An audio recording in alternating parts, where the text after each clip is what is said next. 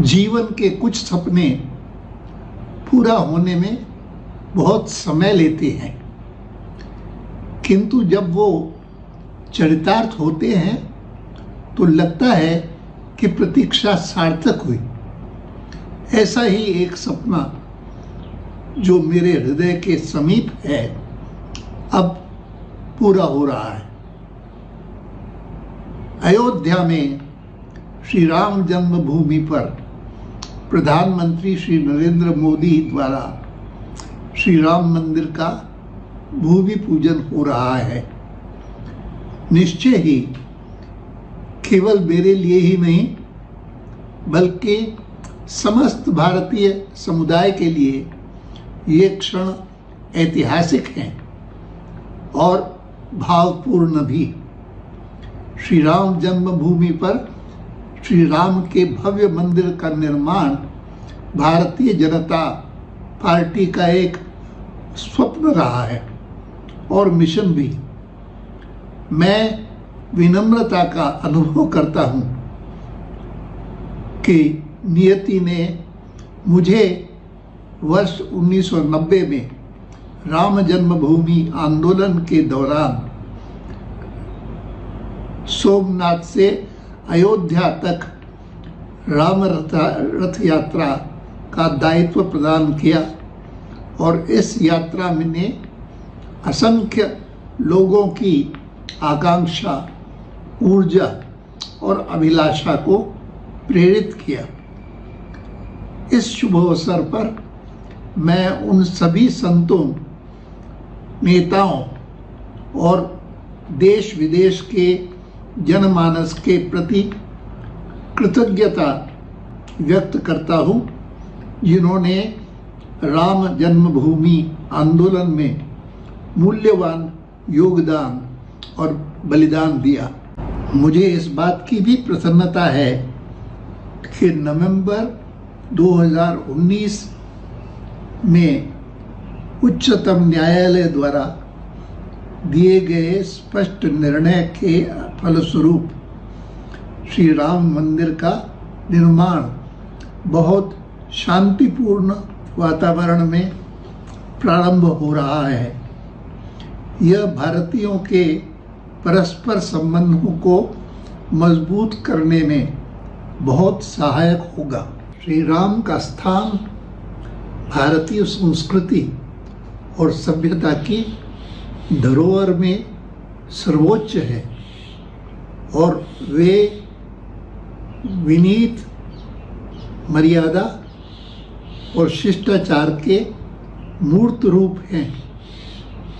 मेरा मानना है कि श्री राम का यह मंदिर हम सब भारतीयों को श्री राम के इन गुणों को आत्मसात करने की प्रेरणा देगा। मुझे यह भी विश्वास है कि श्री राम मंदिर एक शांतिपूर्ण और सौहार्दपूर्ण राष्ट्र के रूप में भारत का प्रतिनिधित्व करेगा, जहां सबके लिए न्याय होगा और कोई भी बहिष्कृत नहीं होगा, ताकि हम राम राज्य की ओर अग्रसर हों जो सुशासन का प्रतिमान है। श्री राम का आशीर्वाद भारत और भारतवासियों को सदैव प्राप्त हो, यही मेरी कामना है। जय Shri Ram.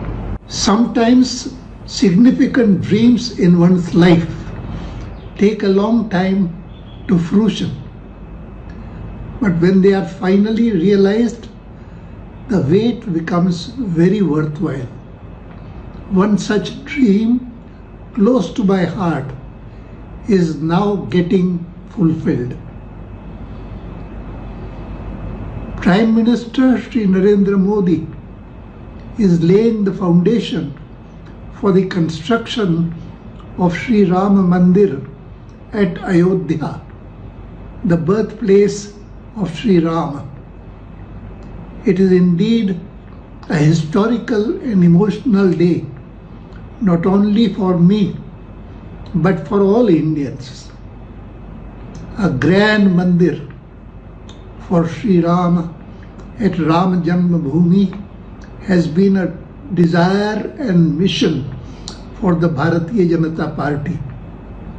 I feel humbled that during the Ram Janmabhoomi movement, destiny made me perform a pivotal duty in the form of the Ramaratha Yatra from Somnath to Ayodhya in 1990, which helped galvanize the aspirations, energies, and passions of its countless participants.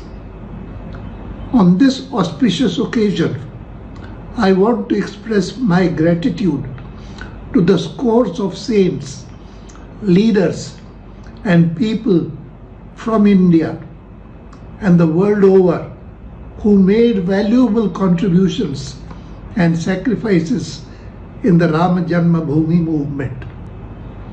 I am also very happy that due to the decisive verdict of the Supreme Court in November 2019, the construction of Sri Rama Mandir is getting started in an environment of tranquility.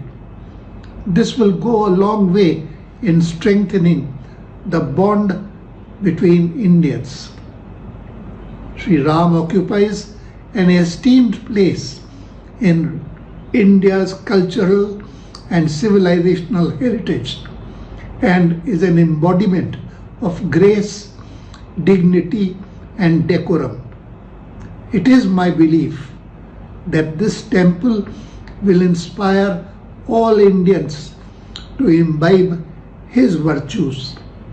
It is also my belief that Sri Rama Mandir will represent India as a strong, prosperous, peaceful, and harmonious nation with justice for all and exclusion of none, so that we can truly usher in Ram Rajya, the epitome of good governance.